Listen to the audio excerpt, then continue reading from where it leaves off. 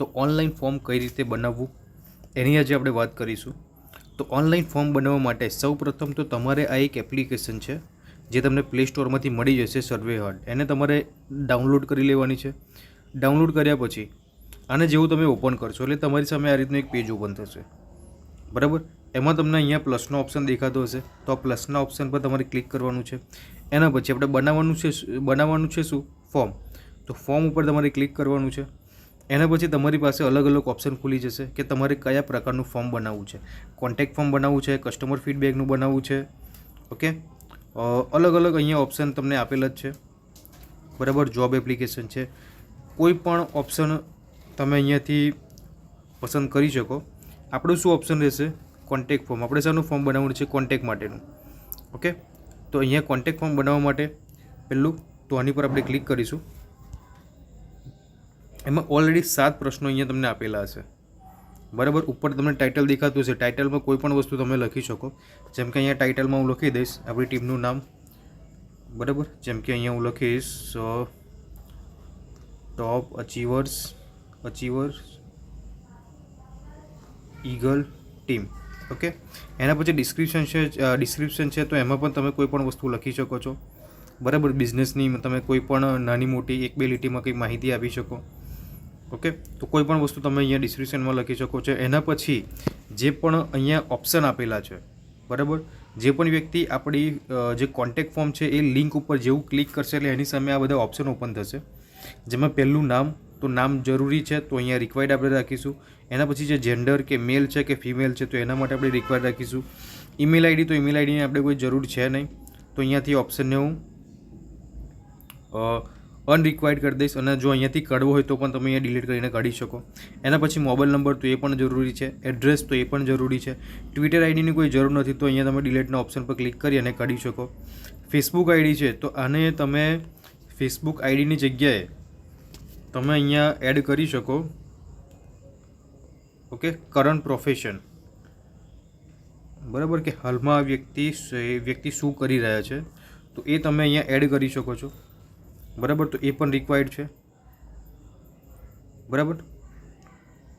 તો આ 5 પ્રશ્નો મેં અહીંયા એડ કર્યા છે. પહેલું છે નામ, બીજું છે જેન્ડર, ત્રીજું છે મોબાઈલ નંબર, ચોથું છે એડ્રેસ અને 5મું છે કરંટ પ્રોફેશન, બરાબર.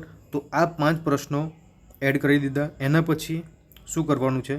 તો આ જે સબમિટનો અહીંયા કોઈ પણ બીજો કોઈ તમારે પ્રશ્ન ઉમેરવો હોય તો પણ તમે ઉમેરી શકો છો, બરાબર. મારે બસ 5 પ્રશ્નો મારે રાખવા છે, તો એના પછી હું શું કરીશ? તો અહીંયા સબમિટનો ઓપ્શન છે, તો સબમિટ પર ક્લિક કરીશ. જેવું ક્લિક કરીશ એટલે ઉપર તમને દેખાતું હશે સૌપ્રથમ ચેન્જ થીમ. તમારે આ થીમને ચેન્જ કરવી હોય તો પણ તમે કરી શકો. અલગ અલગ ઘણા બધા ઓપ્શન છે, બરાબર, જેમાં તમે કોઈ પણ ઓપ્શન રાખી શકો.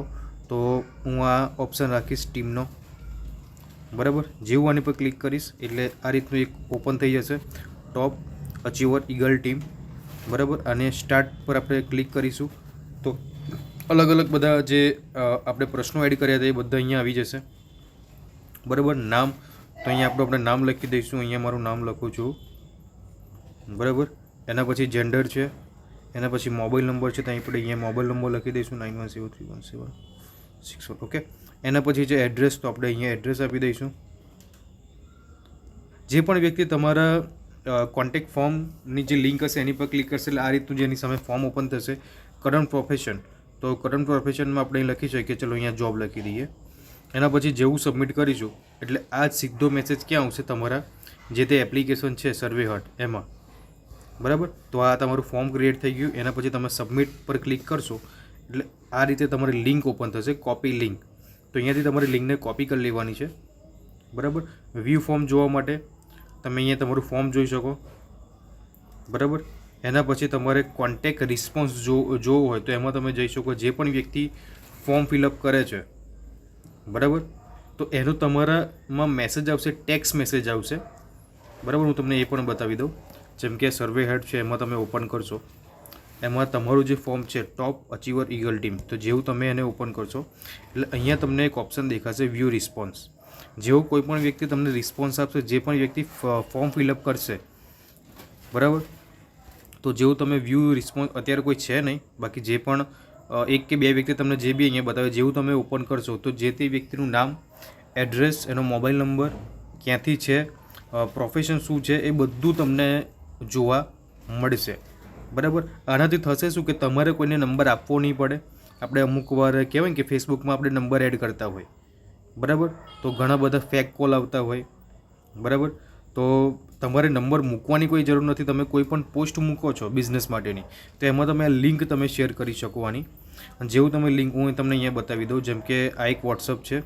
વોટ્સઅપમાં હું અહીંયા લિંક શેર કરીશ. 1 મિનિટ. ઓકે, વોટ્સઅપ છે તો વોટ્સઅપમાં આ એક ગ્રુપ છે. આ ગ્રુપમાં હું લિંક શેર કરીશ.